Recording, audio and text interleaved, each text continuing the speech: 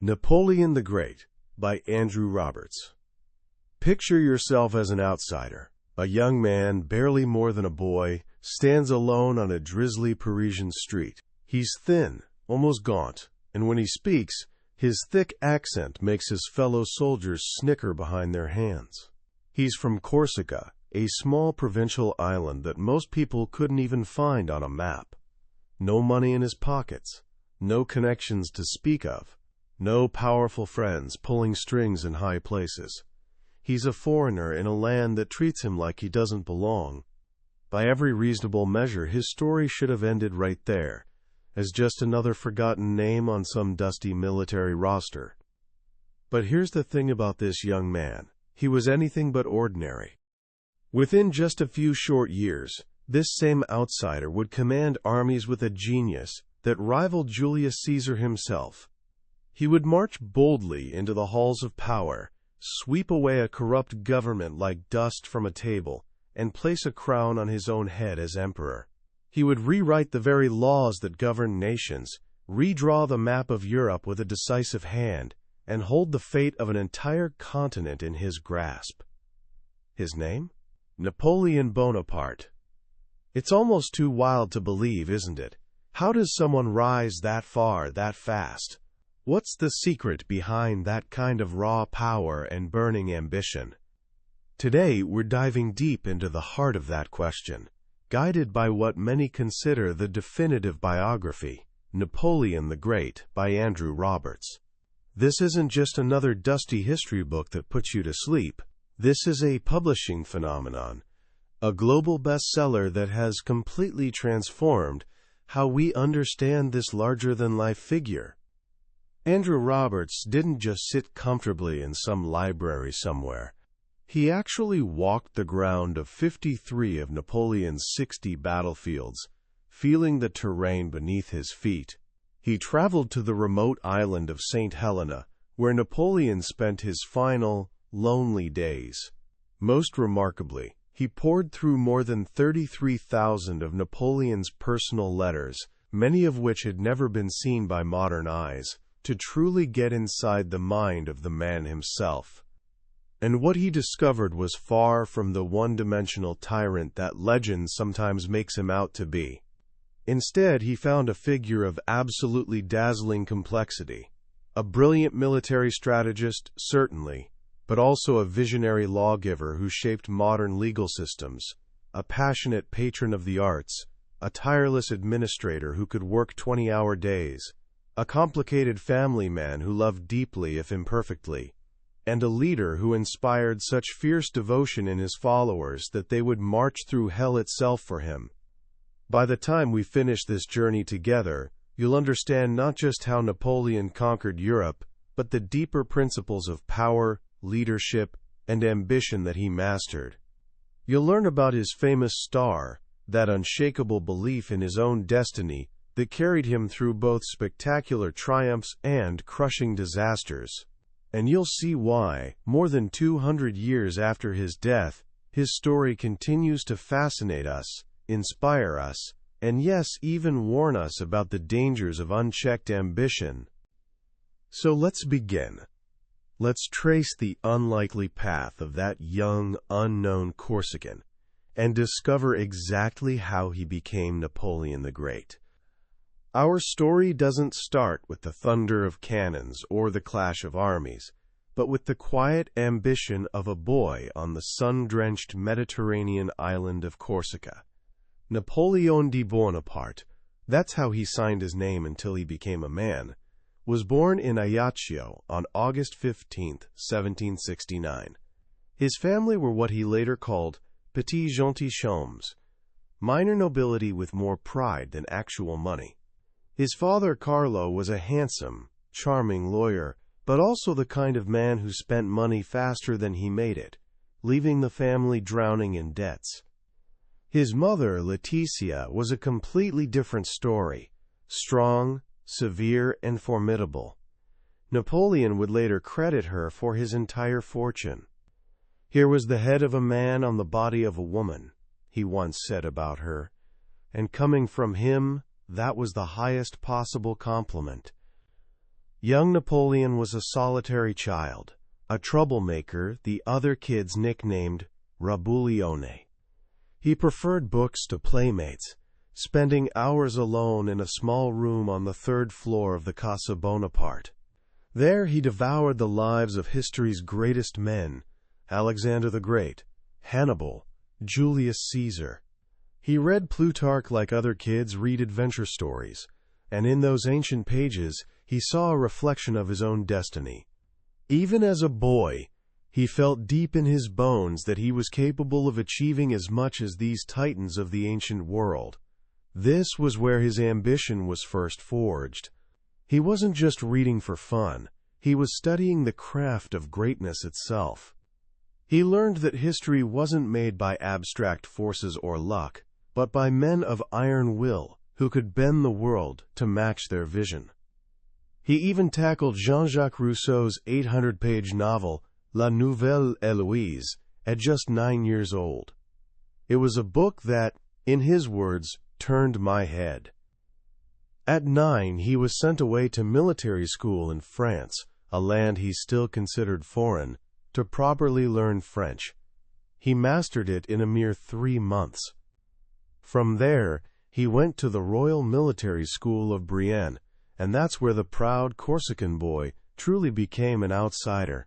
His classmates teased him mercilessly for his thick accent, his Italian-sounding name, his obvious poverty, and his oversized head perched on that thin frame. They gave him the mocking nickname La Paille au nez, which means straw up the nose, because it rhymed with Napoleone in Corsican. But this isolation didn't crush him. Instead, it hardened him like steel in a forge. It fueled a fierce Corsican nationalism and an even fiercer desire to prove everyone wrong.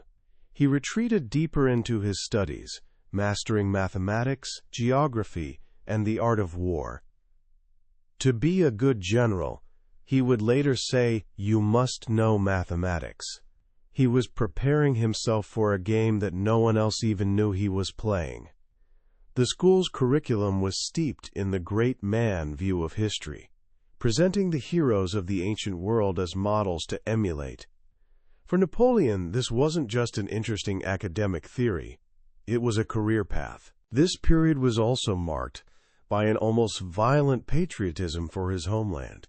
He wrote passionate essays celebrating Corsica's struggle for independence, and even penned a dark revenge fantasy called New Corsica, where an old man recounts finding his mother raped and his family hanged by French invaders before he systematically slaughters every single Frenchman on a ship, including even the cabin boy. It was a disturbing glimpse into the mind of a young man who felt his homeland had been brutally subjugated. His loyalties were painfully divided. He wore the uniform of a French army officer, yet his heart belonged to the Corsican patriot Pasquale Paoli, a man he absolutely idolized. Then, in 1789, everything changed. The French Revolution erupted like a volcano. For a young, ambitious officer without connections, this was the moment he'd been waiting for. The old rules were being ripped up and thrown into the fire. Birth and privilege suddenly didn't matter as much as raw talent and pure audacity. While many of his fellow aristocratic officers fled France in terror, Napoleon embraced the revolution with open arms. He didn't see chaos. He saw opportunity. The path to power was finally, gloriously open. His first real test came not in some grand, glorious battle, but in the chaotic Mediterranean port of Toulon in 1793. The city had rebelled against the revolutionary government and was being held by British and Spanish forces. The French siege was failing miserably under incompetent leadership. Then a young, completely unknown artillery captain named Bonaparte was given command of the artillery, largely thanks to support from a fellow Corsican named Salicetti, who was a political commissioner with the army. Napoleon was only 24 years old. From the moment he arrived, he radiated an energy that absolutely astounded everyone around him. He found an army with no real plan of attack. Within days, he'd requisitioned guns from across the region, organized supplies from surrounding towns, established an arsenal to manufacture cannonballs, and designed a brilliant, unconventional plan. He saw what all the older, supposedly wiser generals had completely missed.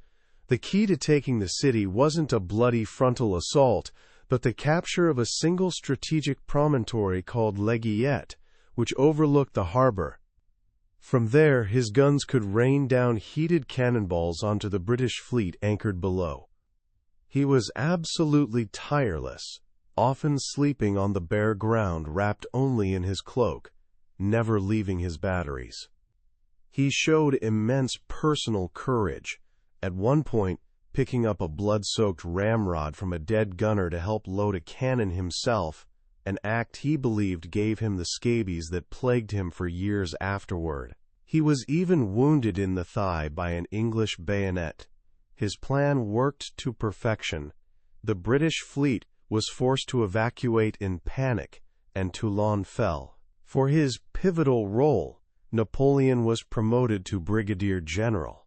He was no longer an unknown. This was the blueprint, the template for his future success: meticulous planning, an eagle eye for the decisive point, boundless energy that never seemed to run out, and personal bravery that inspired his men. But it was in Italy, in 1796, that the legend of Napoleon was truly born. Appointed commander of the Army of Italy, he arrived to find an army in absolute rags. His soldiers were literally starving, many were barefoot, and they were on the verge of open mutiny. They hadn't been paid in months, and some battalions didn't even have bayonets for their muskets. They were facing a combined Austrian and Piedmontese force twice their size. The older, more experienced generals serving under him, legendary fighters like André Massena and Pierre Augereau, were openly skeptical of this young political appointee who, they sneered, had won his reputation putting down a street riot in Paris. But from the very moment he arrived, he electrified them. Massena later recalled, "He donned his general's cap and seemed to grow by 2 feet. He announced that they would march on the enemy to give battle." What followed was one of the most astonishing military campaigns in all of human history. In less than a single year, Napoleon defeated 6 different Austrian armies. He used a revolutionary strategy of lightning speed, what he called activité, vitesse. Activity, speed. He kept his forces divided while marching, so they could move faster and forage more easily, but then concentrated them like a hammer blow at the decisive moment to fight. He would strike at the hinge point between 2 enemy armies, defeating one completely before wheeling around to crush the other. This was the famous, quote, strategy of the central position, and he became its undisputed master. At the Battle of Lodi, his men stormed across a heavily defended bridge in an act of such raw bravery that they affectionately gave him the nickname Le Petit Caporal, the Little Corporal, a term of endearment and respect that stuck with him for the rest of his life. It was after Lodi, Napoleon later reflected, that the first spark of high ambition was truly born in him. He no longer saw himself as merely a talented general, but as a man who could actually shape the destiny of entire nations. He sent millions in captured treasures back to the struggling government in Paris, keeping them afloat financially, but he also sent priceless works of art by Michelangelo and Leonardo da Vinci, believing that all the beauty of Italy should rightfully belong to France. He wasn't just a conqueror marching through, he was a collector of entire civilizations. While his fame was growing exponentially, his personal life was in absolute turmoil. He had married Josephine de Beauharnais, a beautiful and charming Creole widow 6 years his senior, just days before leaving for the Italian campaign. He was deeply, almost desperately in love with her. His letters from the campaign read like fever dreams, a torrent of raw emotion mixing poetic adoration with desperate longing. "I have not passed a single day without loving you," he wrote in one particularly passionate letter. "I have not passed a night without clasping you in my arms. A kiss on your heart and one much lower down, much lower." But Josephine, unfortunately, didn't return his passionate intensity.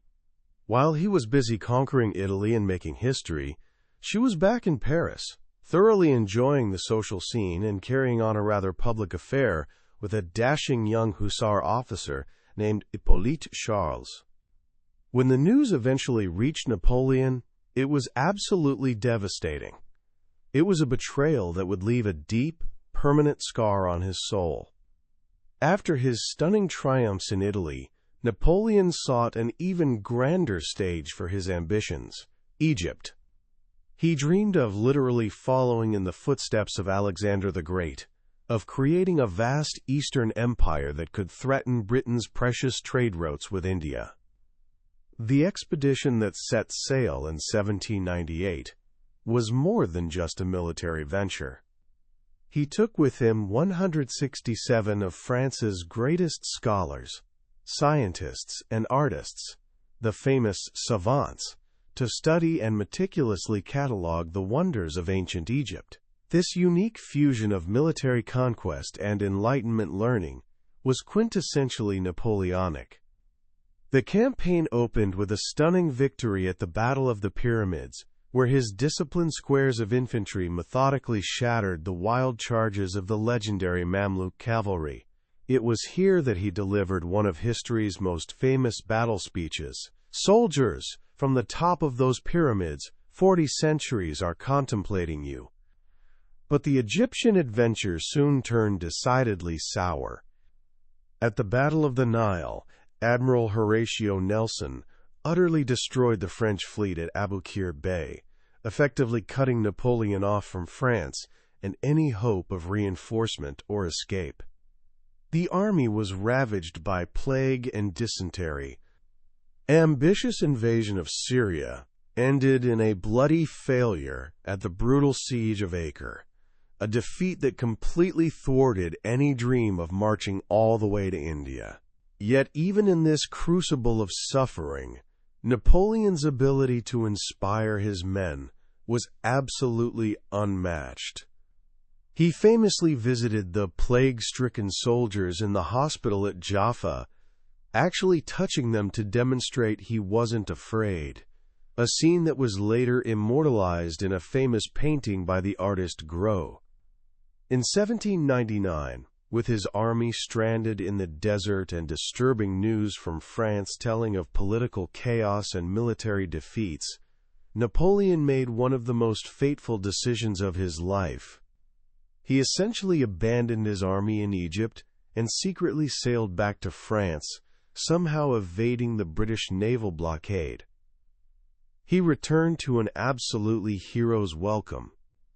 The French people were exhausted and tired of the corrupt, incompetent Directory government. They saw in Napoleon exactly what they desperately wanted: a strong leader who could restore both order and glory to France. With crucial help from his clever brother Lucien and other well-placed conspirators like the wily Talleyrand and the ruthless Fouché, he launched a coup d'état on the 18th of Brumaire, which was November 9, 1799, in the revolutionary calendar.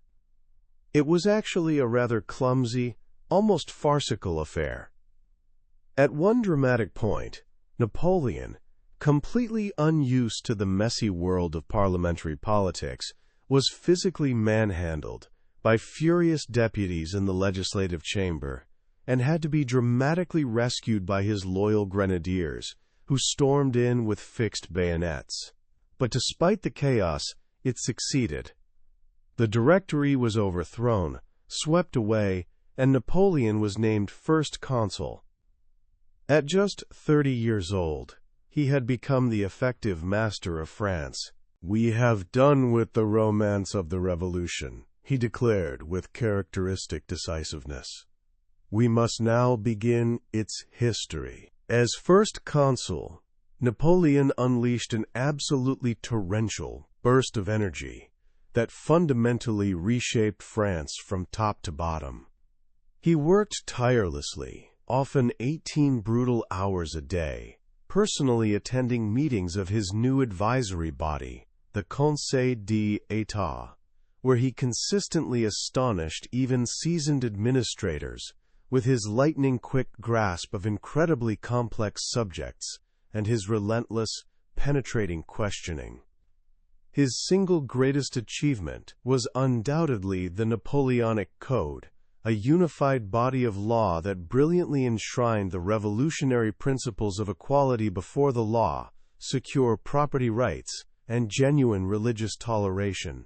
It was so remarkably clear and so genuinely revolutionary that it was eventually adopted across Europe, and still remains the fundamental basis of law in dozens of countries to this very day.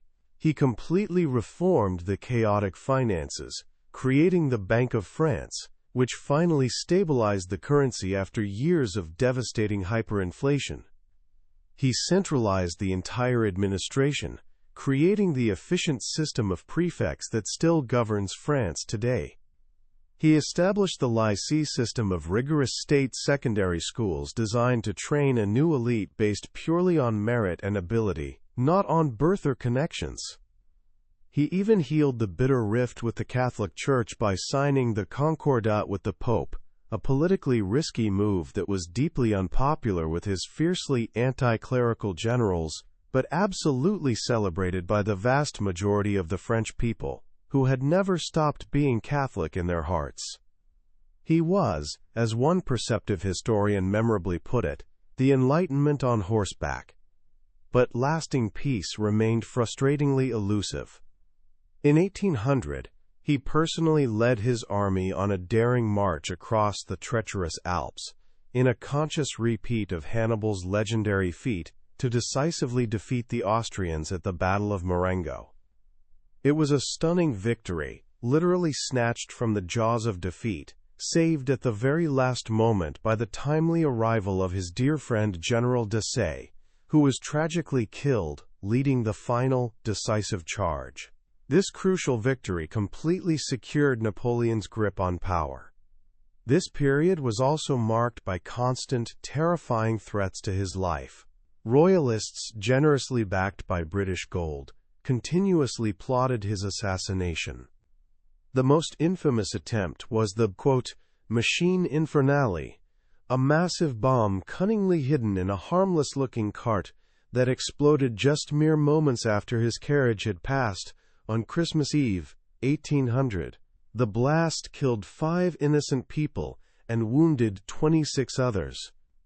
Napoleon, ever the shrewd political opportunist, cynically used the public outrage to deport 130 of his radical Jacobin political opponents, even though he knew perfectly well that the Royalists were actually responsible. Chouannerie and the émigrés are merely skin diseases, he said dismissively. Terrorism is an internal malady. His single most ruthless and controversial act came in 1804, with the shocking execution of the Duc d'Enghien, a young Bourbon prince living peacefully just across the border in Germany. Falsely believing the Duke was actively involved in yet another assassination plot, Napoleon had him brazenly kidnapped on foreign soil, subjected to a complete sham of a court-martial, and shot in the dark moat of the Château de Vincennes. It was worse than a crime, it was a blunder. Became the famous damning verdict. The cold-blooded act permanently stained his reputation across all of Europe.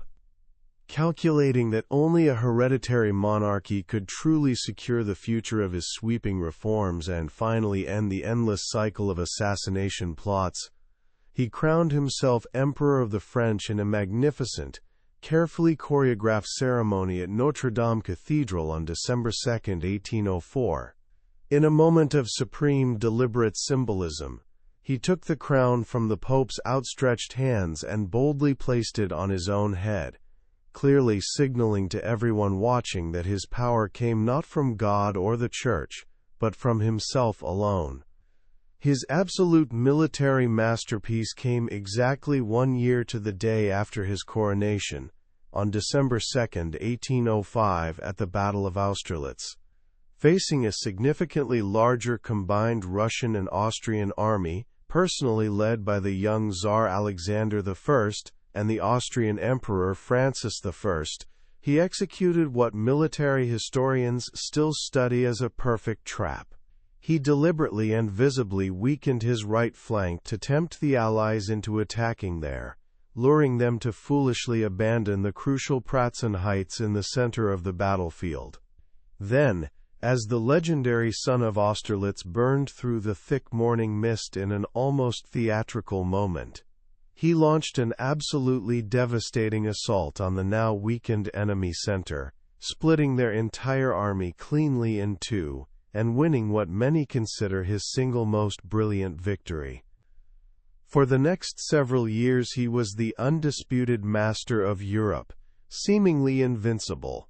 He completely crushed the once famed Prussian army at the twin battles of Jena and Auerstadt in 1806, triumphantly entering Berlin like a conquering Caesar. He defeated the tough Russians yet again at Friedland in 1807, forcing Tsar Alexander to the negotiating table. At their famous meeting on a specially constructed raft floating in the middle of the Niemen River at Tilsit, the two emperors embraced like brothers and effectively divided the entire European continent between them. Napoleon imposed the ambitious continental system, a Europe-wide economic blockade specifically designed to slowly cripple his most stubborn, persistent enemy, Great Britain. He created a vast empire of satellite kingdoms, casually placing his own brothers and trusted marshals on the thrones of Naples, Spain, Holland, and Westphalia, treating kingdoms like gifts to be handed out. But the seeds of his eventual downfall were already being quietly sown. His heavy-handed attempt to force Spain into his system in 1808 led to a brutal, endlessly draining guerrilla war that he himself called his Spanish Ulcer, a vicious conflict that would tie down hundreds of thousands of his very best troops for years. His genuine love of family, which seemed like such an admirable quality, led him to place his often spectacularly incompetent and sometimes openly disloyal siblings in positions of real power, causing endless administrative problems and embarrassments. And his unshakable belief in his own star, that sense of destiny that had carried him so far, slowly began to shade into a genuinely dangerous overconfidence bordering on hubris. The real turning point, the beginning of the end, came in 1812, with the catastrophic invasion of Russia. To punish Tsar Alexander for brazenly withdrawing from the continental system and trading with Britain, Napoleon assembled the single largest European army ever seen up to that point, the legendary Grande Armée of well over 600,000 men, drawn from 20 different nations. But the Russians, led by the cunning General Kutuzov, simply refused to give him the decisive, knockout battle he desperately craved. They just kept retreating deeper and deeper, systematically burning their own villages and crops as they went, drawing him ever deeper into the vast, seemingly endless expanse of Russia, like a spider luring prey into its web. He finally defeated them at the absolutely horrific Battle of Borodino, which became the bloodiest single day of the entire Napoleonic Wars, but it still wasn't the decisive knockout blow he so desperately needed. He entered Moscow expecting triumph, only to find the ancient city completely deserted, and then deliberately set ablaze by the Russians themselves. What a tremendous spectacle! he exclaimed as he watched the flames consume whole districts. "What extraordinary resolution! What kind of men are these? These are indeed Scythians." Trapped in a burning, abandoned city with the brutal Russian winter rapidly approaching, and no peace offer whatsoever from the stubborn Tsar, he was finally forced to order a retreat. The retreat from Moscow ranks as one of the most absolutely terrible episodes in all of military history. The Grand Armée was systematically destroyed, not primarily by the Russian army, but by starvation, rampant typhus, and the unimaginably brutal Russian winter. The temperature plunged to -30 degrees Celsius. Men literally froze to death in their sleep, their bodies found the next morning like statues. They were constantly hunted and harassed by roving bands of Cossacks. All military discipline completely collapsed. Starving soldiers fought viciously over scraps of rotten horseflesh, and some were even driven to unspeakable acts of cannibalism. Of the 600,000 men who had confidently invaded Russia that summer, fewer than 100,000 stumbled back out alive. The spell of his invincibility was irrevocably broken. The nations of Europe, generously funded by seemingly unlimited British gold, rose up against him in what became known as the Sixth Coalition. In 1813, he was decisively defeated at the massive Battle of the Nations at Leipzig, a sprawling three-day struggle involving over 500,000 men from across Europe. In 1814, despite fighting an absolutely brilliant defensive campaign on French soil, where he won 4 impressive battles in just 5 days, his own marshals, utterly weary of endless war and seeing no path to victory, finally forced him to abdicate his throne. He was exiled to the tiny Mediterranean island of Elba, barely more than a speck on the map, but his incredible story was far from over.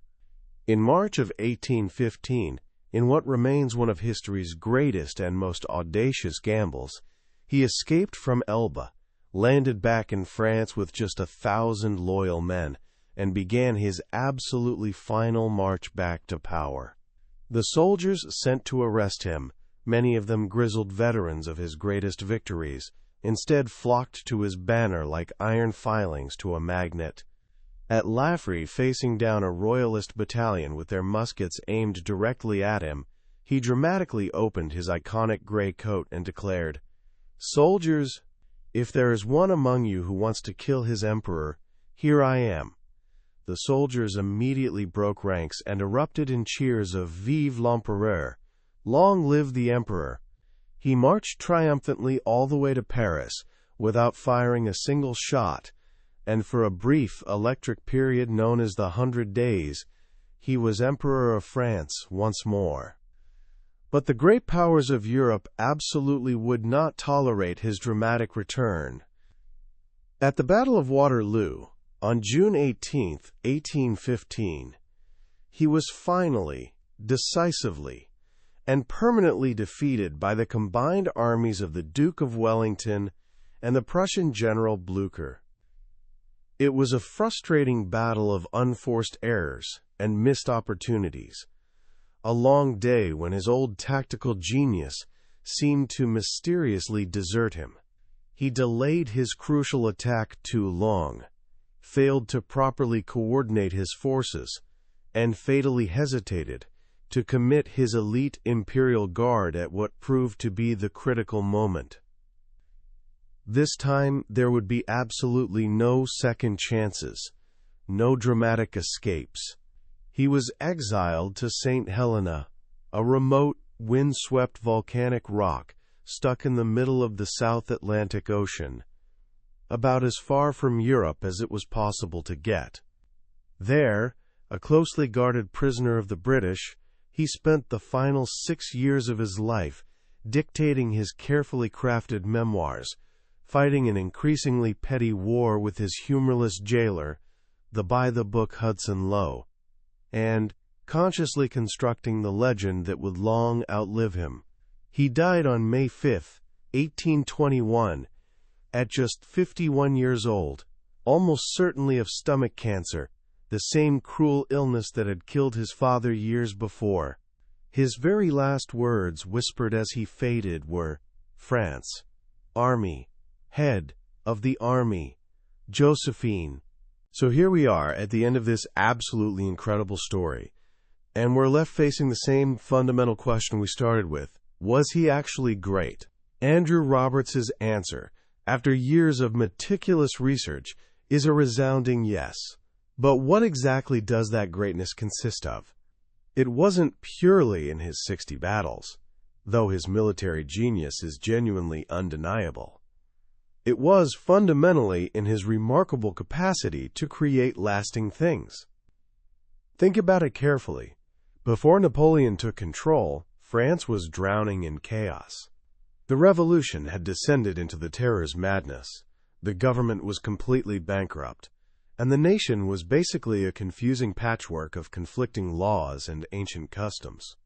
Napoleon took all that chaos and methodically forged it into a genuinely modern state. The institutions he personally created, the Bank of France, the efficient administrative system of prefects, the rigorous lycées, and above all, the elegant civil code. These are still the absolute bedrock of modern France 2 centuries later. He was a human whirlwind of pure energy, a man who, as Roberts' research clearly shows, could dictate detailed military orders for a complex campaign, simultaneously design a completely new legal system, and find time to argue passionately about the literary merits of a tragic play, all in the same impossibly long day. He was, in the truest and most literal sense, the Enlightenment on horseback, bringing reason and order at the point of a bayonet. But his greatness also lies in the sheer, breathtaking scale of his ambition, and in the powerful story he tells us about the raw power of human will. Here was a man who, purely by force of his towering intellect and magnetic personality, rose from literally nothing to master an entire continent. He taught a whole generation of ordinary people something revolutionary, that they too could actually make history. A common soldier in his army wasn't just a peasant stuffed into a uniform anymore.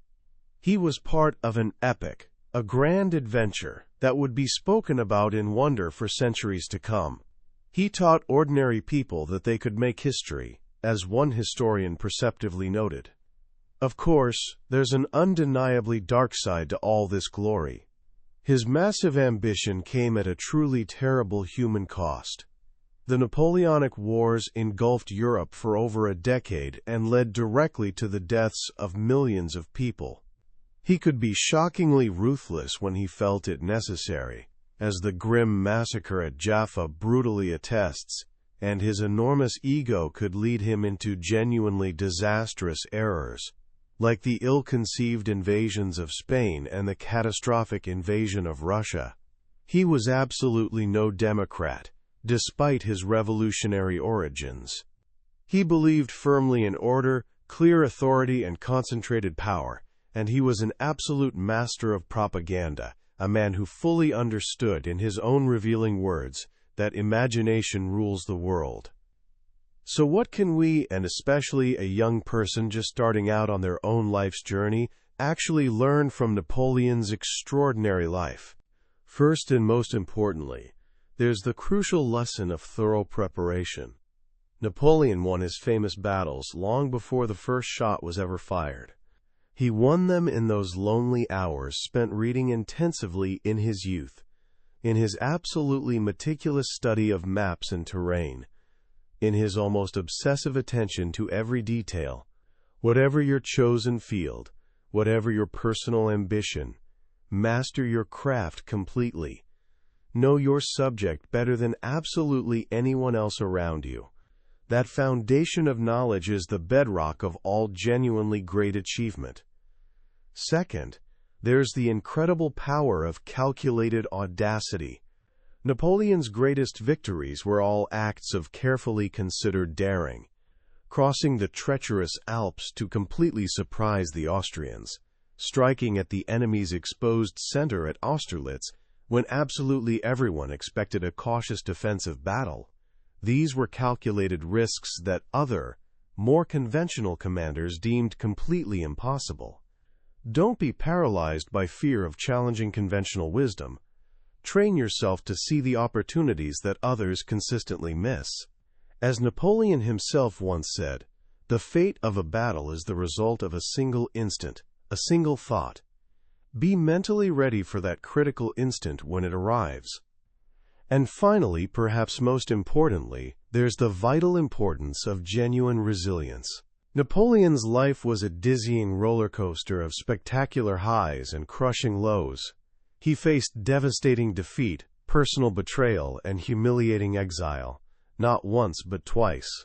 But he never truly gave up fighting. Even on remote St. Helena, he was still fighting his final campaign, the battle for his own legacy and place in history. Your own path forward will inevitably have its painful setbacks. You will face failure, probably multiple times. The real measure of your character won't be whether you fall down, but how you pick yourself up and keep moving forward. That was the complete summary of Napoleon the Great by Andrew Roberts. We've touched on the towering peaks and deep valleys of his remarkable life today. But a summary can only ever be like a map of a vast and endlessly fascinating country. The real journey, the real discovery, happens only when you explore it thoroughly for yourself. It's in those quiet, unexpected moments when a particular story, or even just a simple phrase from the book, suddenly connects with something deep inside you in a way you didn't anticipate. This summary is really just a doorway, an open invitation for you to decide if this epic story is genuinely worth your personal time. If anything we've explored together today has sparked even a flicker of curiosity in you, I strongly urge you to pick up a copy of the actual book. Reading it isn't just passively learning about history. It's an active experience that can genuinely change the way you think about ambition, leadership, and the real limits of what one determined person can actually achieve. A direct link to the book is waiting in the description below. Also, if this journey into the complex mind of a master has been genuinely valuable to you, please consider showing your support by liking this video and subscribing to the channel. That way, you definitely won't miss our next exploration into another potentially life-changing book from the billionaire's bookshelf. Let's continue to learn and grow together, one great story at a time.